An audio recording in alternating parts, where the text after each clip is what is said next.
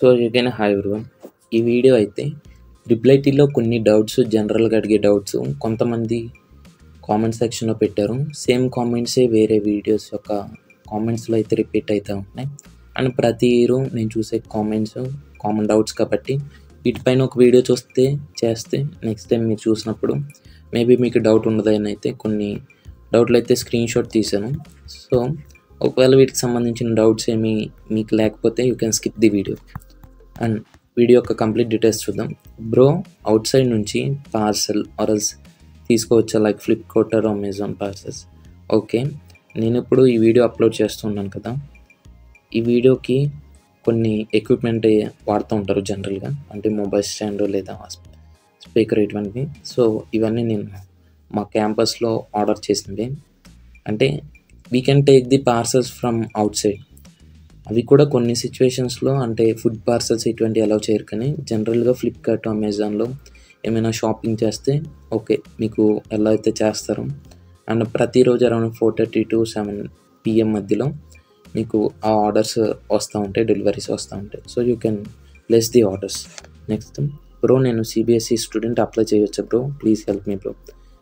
మీరు ఏ type of student అయినా, మీరు ఏ బోర్డ్ ఎగ్జామ్స్ రాసినా, సిబిఎస్ఈ, ఐసిఎస్ఈ ఇటువంటి వేరే వేరే బోర్డ్ ఎగ్జామ్స్ రాసినా కానీ మీరు 2024లో 10th క్లాస్ పూర్తి చేసుకుని ఉంటే మీరు ట్రిపుల్ ఐటీకి అప్లై చేయొచ్చు. ఇదైతే పక్కా. ఎందుకంటే మా బ్యాచ్లోనే చాలామంది ఉన్నారు, వేరే బోర్డు స్టూడెంట్స్ ఉంటారు కదా, సిబిఎస్ఈ స్టూడెంట్స్ ఉన్నారు, అండ్ ఇంకా వేరే వేరే కైండ్స్ ఆఫ్ స్టూడెంట్స్ అయితే ఉన్నారు. సో అప్లై చేయండి. So that's not problem. After diploma students triple IT అవైలబుల్గా ఉందప్పుడు. సో ట్రిపుల్ ఐటీ అనేది ఓన్లీ వన్ ఎంట్రీ, అది వచ్చేసి ఆఫ్టర్ 10th క్లాసే. అంతేకాని డిప్లొమా తర్వాత లేదా ఇంటర్మీడియట్ తర్వాత ట్రిపుల్ ఐటీలో ఎలా అయితే ఉండదు, only after your 10th class. That's the fixed answer.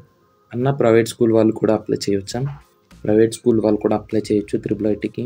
నేను కూడా private school స్టూడెంట్నే. Next, Kendriya Vidyalaya స్కూల్లో 10th కంప్లీట్ చేసాం, ఓసీ క్యాండిడేట్కి ఎన్ని మార్క్స్ రావాలి? సో ఇవైతే నేను చెప్పలేను.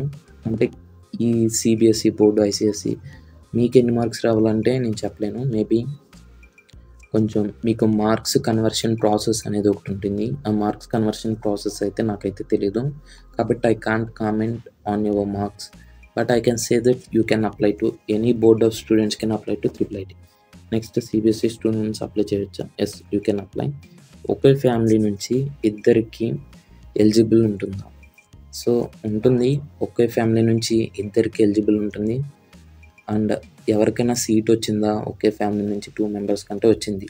మా రూమ్మేట్ ఉన్నాడు, మా రూమ్మేట్ వాళ్ళ తమ్ముడు కూడా ఇక్కడే సీట్ వచ్చింది. మా ఫ్రెండ్ ఉన్నాడు, మా ఫ్రెండ్ వాళ్ళ అన్నయ్య కూడా ఇక్కడే సీట్ వచ్చింది ట్రిపుల్ ఐటీ న్యూజిలాండ్.